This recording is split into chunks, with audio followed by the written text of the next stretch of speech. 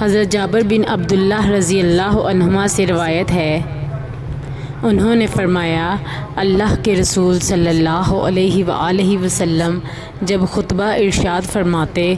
تو آپ صلی اللہ علیہ وآلہ وسلم کی آنکھیں سرخ ہو جاتیں، آواز بلند ہو جاتی اور غصہ تیز ہو جاتا۔ یوں محسوس ہوتا گویا آپ صلی اللہ علیہ وآلہ وسلم دشمن کے لشکر سے خوف دلاتے ہوئے کہہ رہے ہیں،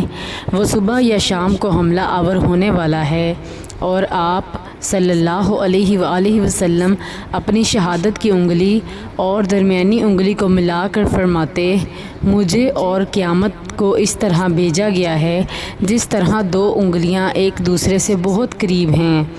علاوہ ازیں فرماتے، بہترین چیز اللہ کی کتاب ہے اور بہترین طریقہ محمد صلی اللہ علیہ وآلہ وسلم کا طریقہ ہے، اور بدترین کام نئے ایجاد کردہ کام یعنی بدعتیں ہیں، اور ہر بدعت گمراہی ہے۔ اور فرماتے تھے، جو شخص مرتے وقت مال چھوڑ جائے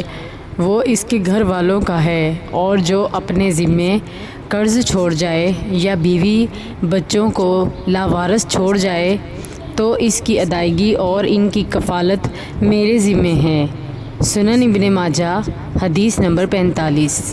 حضرت طاؤس رحمہ اللہ سے روایت ہے، انہوں نے فرمایا، میں نے حضرت عبداللہ بن عباس رضی اللہ عنہما سے سنا، انہوں نے فرمایا، ہم حدیثیں یاد کیا کرتے تھے اور اللہ کے رسول صلی اللہ علیہ وآلہ وسلم کی حدیثیں یاد کی جاتی ہیں، لیکن جب تم نے سخت اور نرم زمین پر چلنا شروع کر دیا تو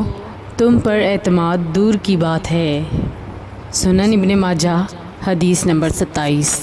حضرت عبداللہ بن زبیر رضی اللہ عنہما سے روایت ہے، انہوں نے فرمایا، میں نے اپنے والد حضرت زبیر بن عوام رضی اللہ عنہ سے عرض کیا، کیا وجہ ہے کہ میں آپ کو اللہ کے رسول صلی اللہ علیہ وآلہ وسلم سے اس طرح حدیثیں بیان کرتے نہیں سنتا جس طرح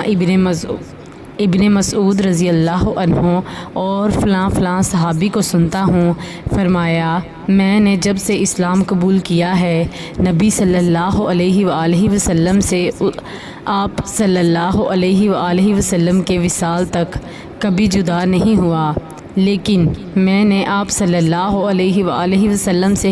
ایک کلمہ سنا ہے جس کی وجہ سے روایت حدیث سے اجتناب کرتا ہوں۔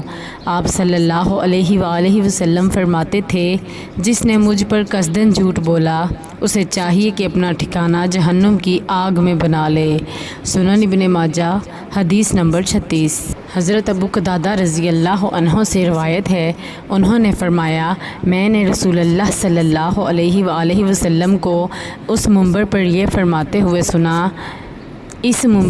فرماتے سنا ہے، مجھ سے بے کثرت حدیثیں بیان نہ کرو، اور جو شخص میری طرف منسوب کر کے کوئی بات کہے وہ حق سچ بات کہے، جس نے میری طرف نسبت کر کے وہ بات کہی جو میں نے نہیں کہی اسے چاہیے کہ اپنا ٹھکانہ جہنم کی آگ میں بنا لے۔ سنن ابن ماجہ حدیث نمبر 35۔